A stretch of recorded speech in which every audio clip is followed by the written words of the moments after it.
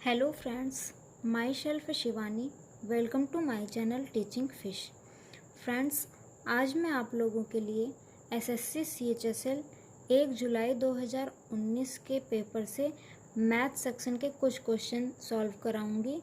Friends, आपको ये solution और मेरी वीडियो अच्छी लगे तो चैनल को सब्सक्राइब करें और वीडियो को लाइक करें। चलिए आज का फर्स्ट क्वेश्चन देखते हैं। फर्स्ट क्वेश्चन है, समषष्टभुज आकार के एक खेत का क्षेत्रफल 2400√3 वर्ग मीटर है।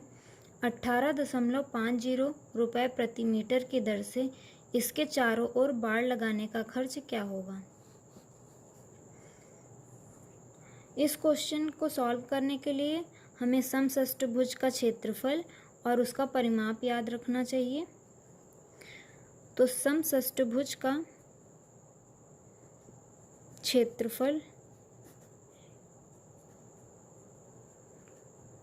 होता है 3√3/2 इंटू a स्क्वायर।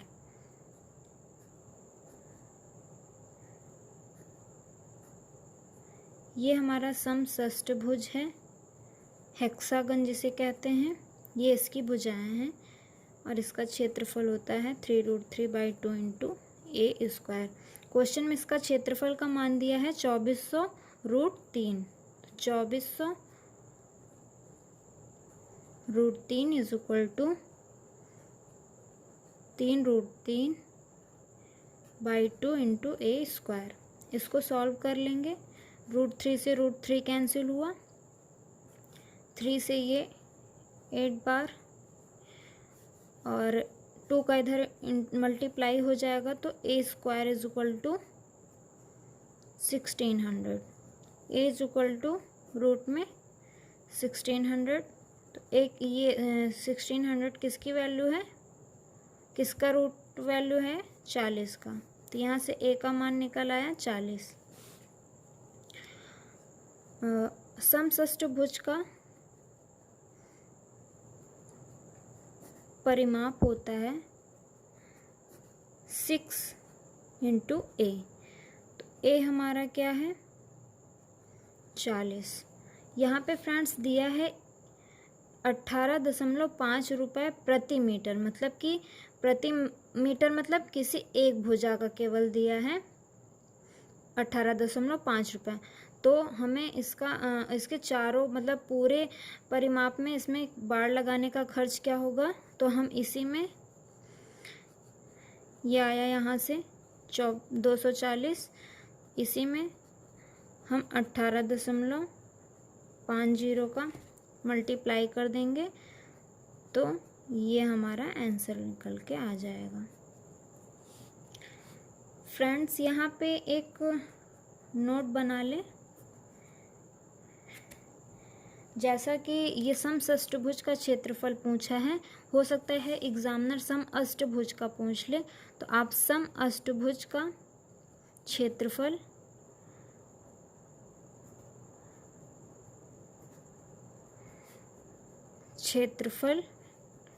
और परिमाप याद कर लीजिए। तो समअष्टभुज का क्षेत्रफल होता है 2a स्क्वायर ब्रैकेट में 1 + √2। समअष्टभुज हमारा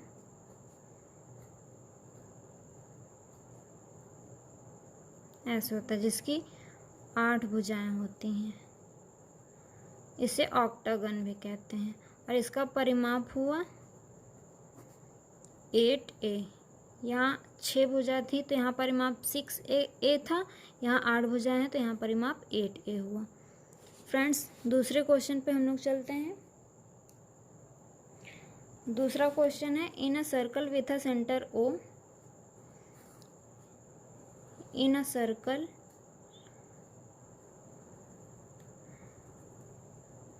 with a center O, AD is a diameter, ये AD है हमारा, AD is a diameter and AC is a chord, AC हमारी जीवा है। B is a point on AC, B जो पॉइंट है हमारा वो AC पर है। और दिया है OB = 5 सेंटीमीटर। जो यहाँ से OB इसकी वैल्यू हमारी 5 सेंटीमीटर दी है। एंड ट्रायंगल OBA ये ट्रायंगल हमारा 60 डिग्री दिया है। If triangle DOC = 60 degree, DOC मतलब ये DOC ये ट्रायंगल भी हमारा 60 डिग्री दिया है। Then what is the length of BC, इसकी लेंथ हमें निकालनी है, BC की लेंथ हमें निकालनी है। फ्रेंड्स देखिए यहाँ पे ये 60 है तो ये 120 होगा। और ये हम लोगों का ये है एक्सटीरियर एंगल, ये एक्सटीरियर एंगल है। तो एक्सटीरियर एंगल क्या होता है? एक्सटीरियर एंगल होता है उसके सामने के बाकी के बचे दो जो इंटीरियर एंगल हैं, ये और ये इंटीरियर एंगल हैं, इनकी एंगल का सम जो होता है वो हमारा एक्सटर्नल एंगल होता है। तो ये हो गया 30 डिग्री और ये भी हो गया 30 डिग्री। ये त्रिज्या है, ये त्रिज्या है। दो समान इक्वल भुजा की सामने के जो एंगल होते हैं वो इक्वल होते हैं, तो इससे भी ये 30 हो गया। फ्रेंड्स ये हमारा 60 डिग्री है तो ये भी 120 होगा, ये भी 120 होगा। ये अब हम लोग इस एंगल में देखते हैं ये वाला एंगल क्या होगा। इसका डायग्राम हम फिर अलग से बना लेते हैं, आपको समझ में आए अच्छे से। ये हमारा है OB, ये है A और C। ये हमारा दिया है 120, ये है 30।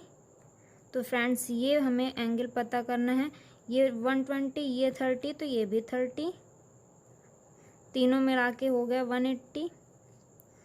ये 30 होगा और ये भी 30 है, तो ये और ये त्रिज्याएं हैं, इक्वल हो गई। और ये एंगल 30, ये एंगल 30, तो ये और ये भुजा भी इक्वल हो गई। ये 5 हमारा दिया है पहले से, तो ये भी हमारा 5 हो जाएगा। तो इसका आंसर हो गया BC का 5 सेंटीमीटर। आइए नेक्स्ट क्वेश्चन में चलते हैं। नेक्स्ट क्वेश्चन है क्वेश्चन नंबर 3।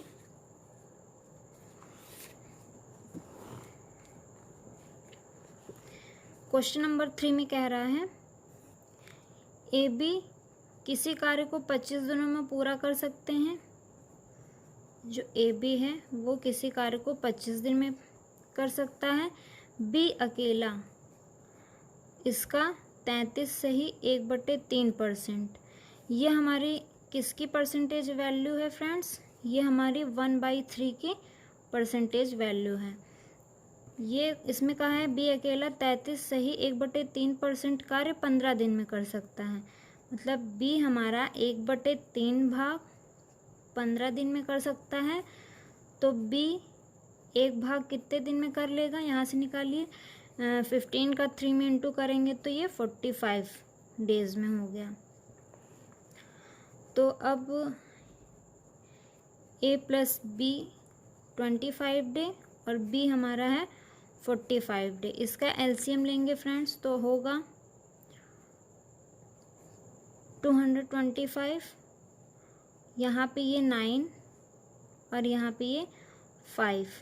ये हमारी A + B की इफ़िशियंसी हो गई, ये हमारी ओनली B की हो गई। तो यहाँ से हम A की निकालेंगे, इसको माइनस कर देंगे। यहाँ की A की इफ़िशियंसी हो जाएगी 9 - 5 मतलब 4। ठीक, तो क्वेश्चन में और पूछा क्या है? पूछा है A अकेला इस कार्य का 4/15 भाग कितने दिनों में कर सकता है। तो हमारा टोटल कार्य कितना है? 225। इसका 4/15 भाग एक कितने दिनों में कर सकता है, तो एक इफ़िशियंसी 4 है, तो यहाँ ये 4 हो गया। इफ़िशियंसी से इसको डिवाइड कर देंगे तो ये 4 कैंसिल हो गया और ये 15, तो ए हमारा अकेले 15 दिनों में कर सकता है।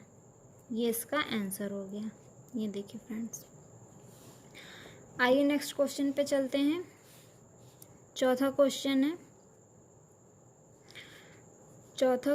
है हमारा, tangent AB and AC are drawn to a circle from a point A such that triangle BAC is equal to 40 degree. A chord CP is drawn parallel to BA, the measure of triangle CBP. Friends, हम यहाँ पे circle बनाते हैं। कहा है AB and AC are drawn to a circle from a point A. A point से हम AB और AC दो स्पर्शी टेंजेंट खींचते हैं AC, सच दैट BAC जो है हमारा BAC है वो है 40 डिग्री, और कहा है अ कॉर्ड CP कॉर्ड, ये CP कॉर्ड है हमारी, जीवा है, is drawn parallel to BA, ये BA के पैरेलल है। कहा है the measure of CBP, measure of CBP,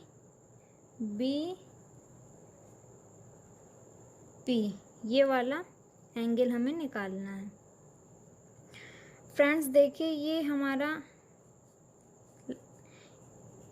एक सिंगल लाइन है, इस पे ये हमारा टेंजेंट है और ये भी हमारा टेंजेंट है, तो ये पैरेलल है। एक ही टेंजेंट पे दो पैरेलल लाइन के एंगल जो होते हैं इक्वल होते हैं। ये 40 डिग्री है तो ये भी 40 डिग्री होगा। और एकांतर भिन्नों कोण के प्रॉपर्टी से हम देखेंगे, ये जिस शीर्ष से एंगल बनाता है उस शीर्ष के अगले एंगल को छोड़कर जो अगले एंगल को छोड़ने के बाद जो एंगल होता है वो एंगल भी वही होता है जो ये होता है। तो यहाँ पे भी ये 40 डिग्री ही होगा, इसमें कुछ करना नहीं है, ये प्रॉपर्टी से ही है।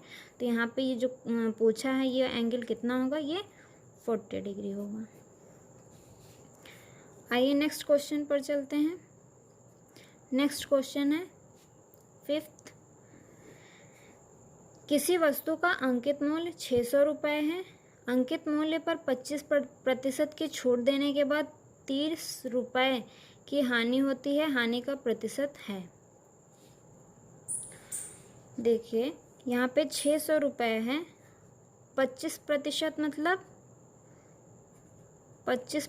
मतलब फ्रैक्शन वैल्यू होगी 25% की 1/4, तो इसको 1/4 से हम लोग करेंगे 150 हुआ। ठीक, तो इसमें कहा है किसी वस्तु का 600 रुपये है, अंकित मूल्य का 25% छूट देना है, तो 600 माइनस 150 करेंगे तो ये आ जाएगा 0.5 और यहाँ पे आया 250 आया। अब इसके बाद क्या कहा है क्वेश्चन में, छूट देने के बाद 30 रुपये की हानि होती है। 30 रुपये की हानि होती है मतलब इसका CP कितना होगा, यहाँ पे 30% की हानि, यहाँ पे CP क्या होगा फिर इसका, यहाँ पे CP हुआ 180। 30% की हानि होती है यहाँ पे, तो इसका CP क्या रहा होगा 480, 480। तो इसका हानि प्रतिशत निकालना है तो 30/480, इसको सॉल्व करेंगे 1/16 है, इसको परसेंटेज में चेंज करेंगे हम तो आएगा 6.5। 0.25%। ये हमारा आंसर है। आइए नेक्स्ट क्वेश्चन पर चलते हैं। बहुत अच्छा क्वेश्चन है ये, SI और CI का है, सिंपल इंटरेस्ट और कंपाउंड इंटरेस्ट का। आइए इसको भी देख लेते हैं।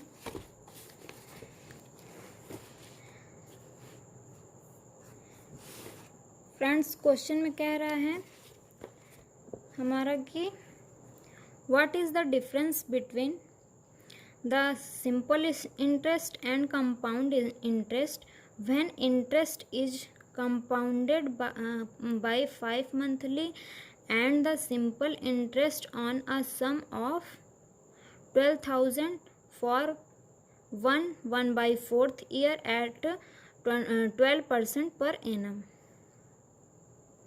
इसका मतलब फ्रेंड्स बोल रहा है ये क्वेश्चन कि 1200 रुपये की राशि पर 1/4 साल के लिए 12% प्रति वर्ष की दर से साधारण ब्याज और चक्रवृद्धि ब्याज का अंतर क्या है जब चक्रवृद्धि ब्याज हमारी प्रति माह 5 है, प्रति 5 माहदेय हो। इसका सॉल्यूशन हम लोग देखेंगे। बहुत अच्छा ही क्वेश्चन है, इसको ध्यान से आप लोग समझिएगा।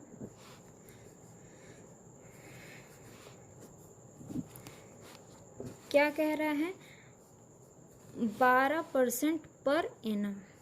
12% पर एनम का मतलब हुआ 12 मंथ में 12%, तो 1 मंथ में 1%, और यहाँ 5 मंथ का है, 5 मंथ में 5 मंथ लिखा है तो 5 मंथ में 5% हो जाएगा। तो ये 5% हमारा रेट निकल के आ गया। ये हमारा रेट हो गया। यहाँ पे टाइम क्या दिया है? टाइम दिया है 1/4। 1/4 ईयर है, ईयर। 1/4 ईयर है। इसको हम लोग पहले सॉल्व करें। 5/4 हो गया ये ईयर में, लेकिन हम लोग इसे मंथ में अगर कन्वर्ट करें तो ये 5/4 × 12, ये हो गया 3 और ये हो गया 15 मंथ। 15 मंथ।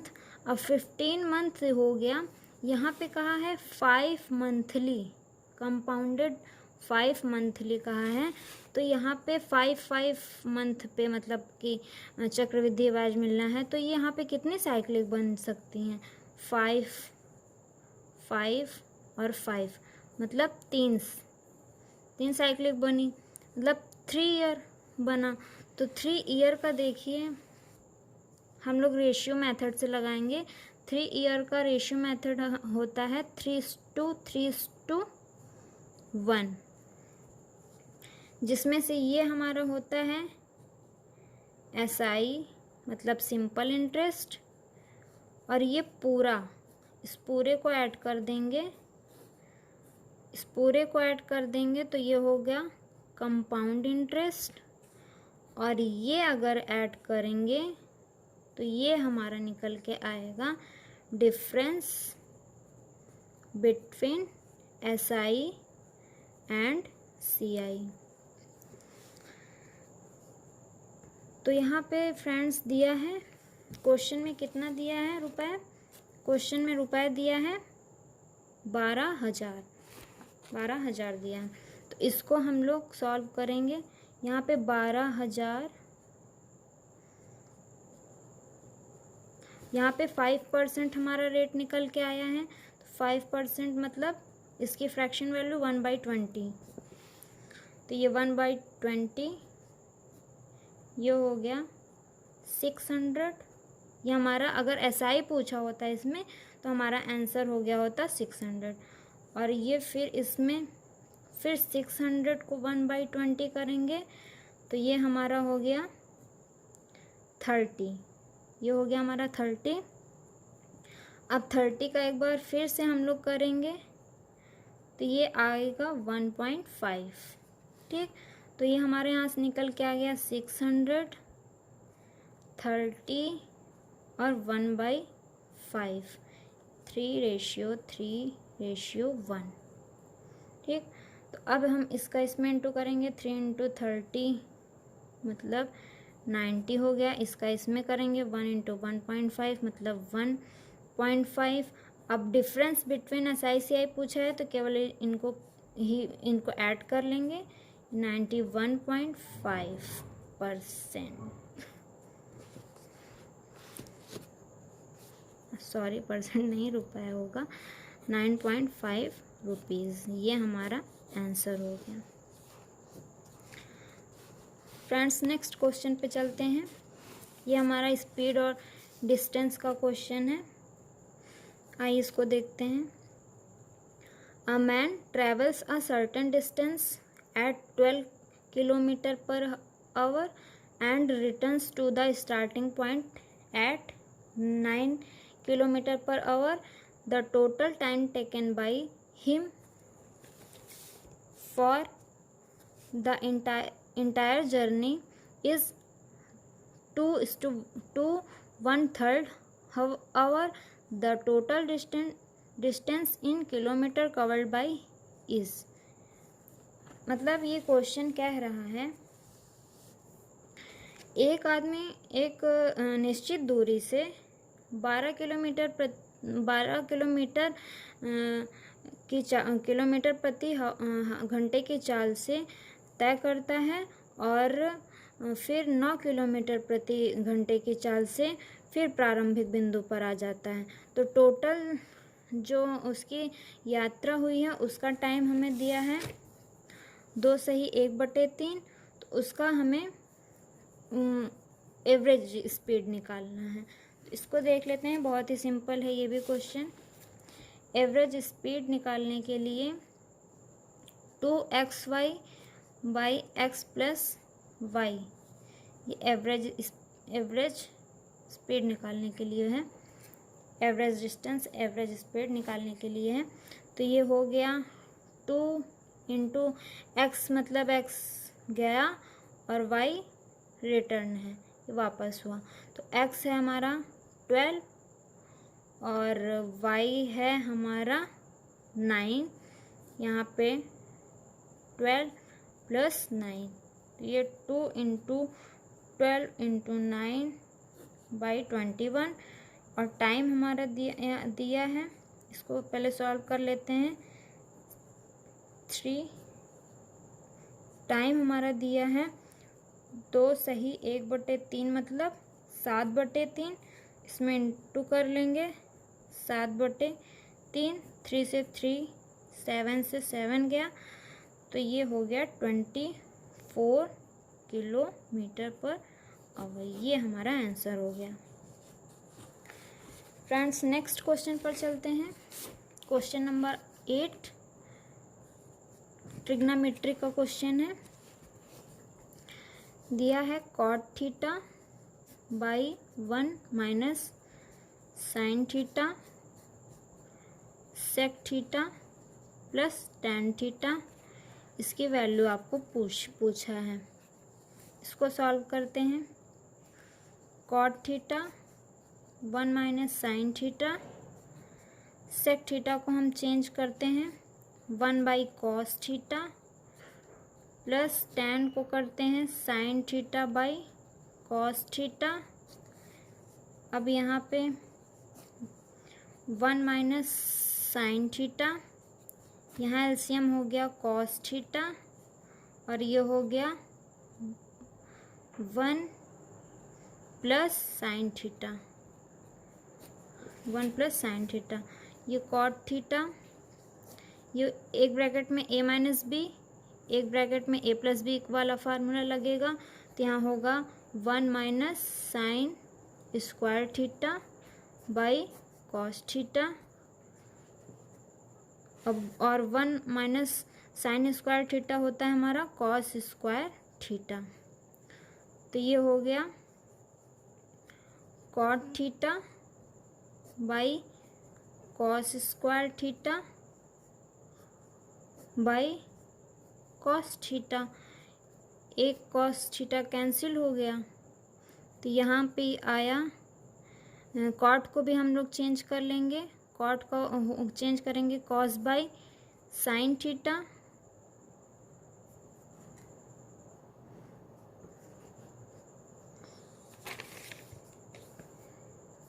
एक मिनट फ्रेंड्स, यहाँ पे कुछ हमने गलत कर दिया शायद, चेक कर लेते हैं। कॉट थीटा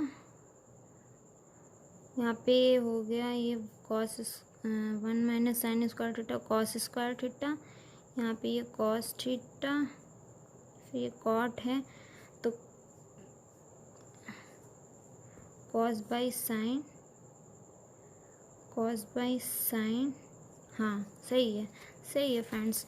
यहाँ पे ये एक कॉस बचा था ना, तो यहाँ पे ये एक कॉस थीटा, ये कॉस थीटा से ये कॉस थीटा कैंसिल आउट हो गया, यहाँ पे बचा 1 बाई साइन थीटा, तो ये आ गया हमारा कॉसेक थीटा। ये हमारा आंसर होगा। देखते हैं ऑप्शन में, ये हमारा आंसर कॉसेक थीटा।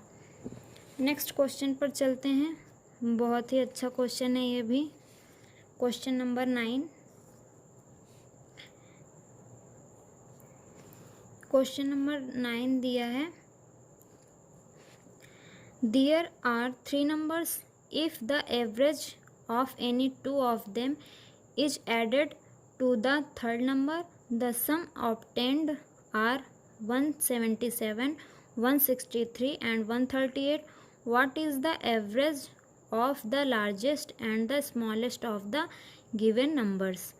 यहाँ पे कह रहा है यदि 3 नंबर हैं और उनमें से किसी दो का औसत तीसरे नंबर में जोड़ा जाता है तो प्राप्त योग जो होता है 177, 163, 138 हो जाता है। दी गई संख्याओं में सबसे बड़ी और सबसे छोटी संख्या का हमें औसत निकालना है। आइए देखते हैं फ्रेंड्स। लेट 3 नंबर हम लोग लेट करते हैं, ए बी एंड सी। कहा है दो संख्याओं का औसत तीसरे के योग में तीसरे नंबर में जोड़ा जाता है। मतलब दो संख्याओं का औसत ए प्लस बी औसत कहा है को तीसरे में जोड़ा जाता है, तो 177। और इसी तरह हम लोग करेंगे, ये ए बी को हमने जोड़ा एक बार तो 177, बी सी को जोड़ेंगे जब B plus C by 2 plus A तीसरी संख्या में, तो ये हो गया 163। इसी तरह ए और सी को करेंगे तो A plus C by 2 plus B is equal to 138। इसको और सॉल्व हम लोग करेंगे तो ये हो जाएगा ए प्लस ये वाला यहाँ पे A plus B plus 2c is equal to 177 into 2, और ये हो जाएगा हमारा b plus C plus 2a is equal to 163 into 2। ये हो जाएगा हमारा a plus C plus 2b is equal to 138 into 2। Friends हम लोग इसे यहाँ ऐड करेंगे, तीनों इक्वेशन को ऐड करेंगे जब, तो ये आएगा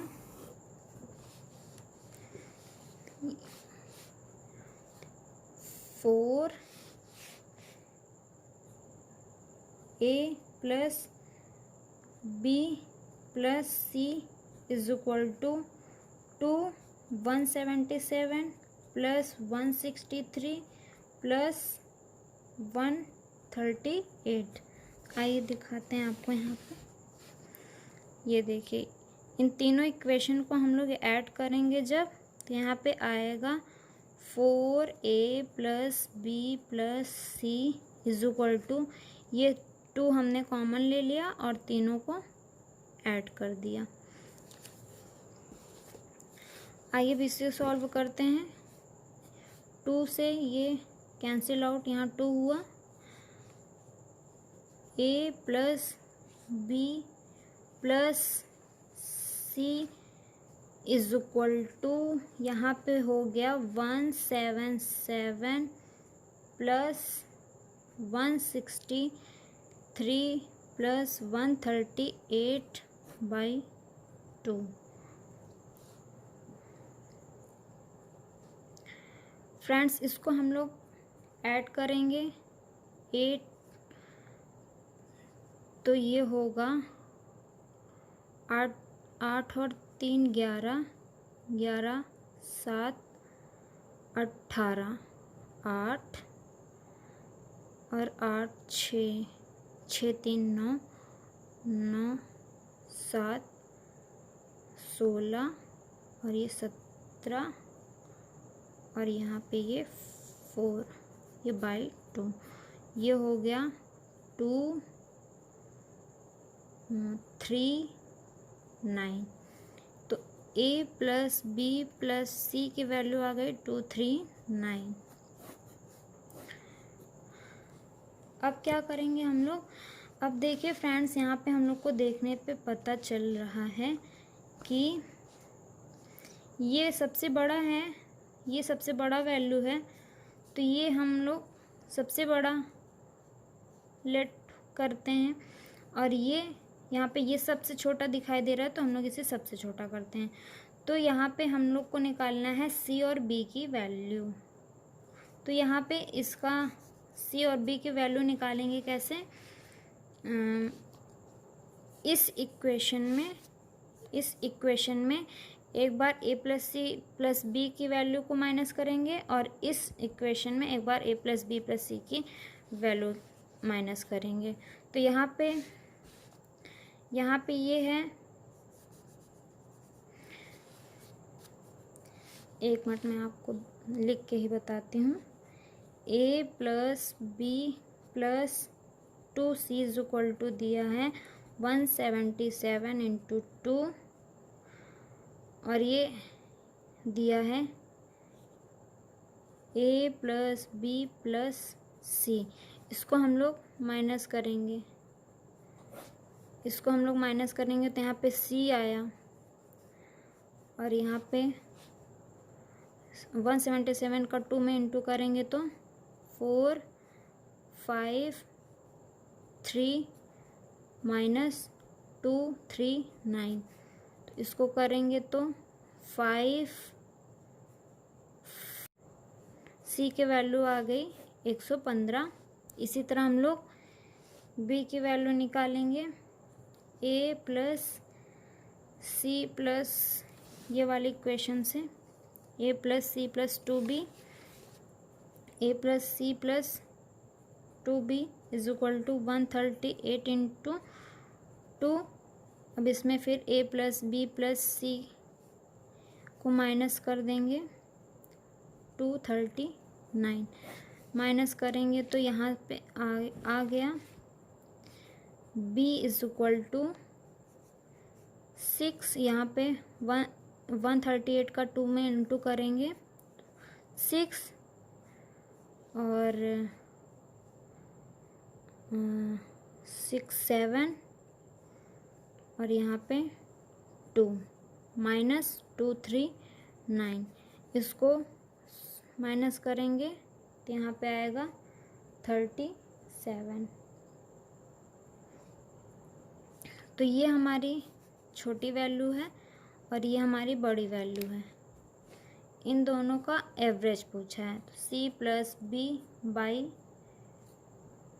2 इज इक्वल टू 137/2।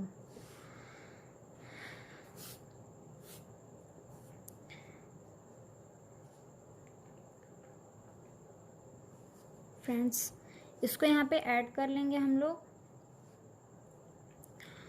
तो ये हो गया 2 5 और 1/2 इसको कैंसिल आउट होगा तो ये आएगा 7 और 6।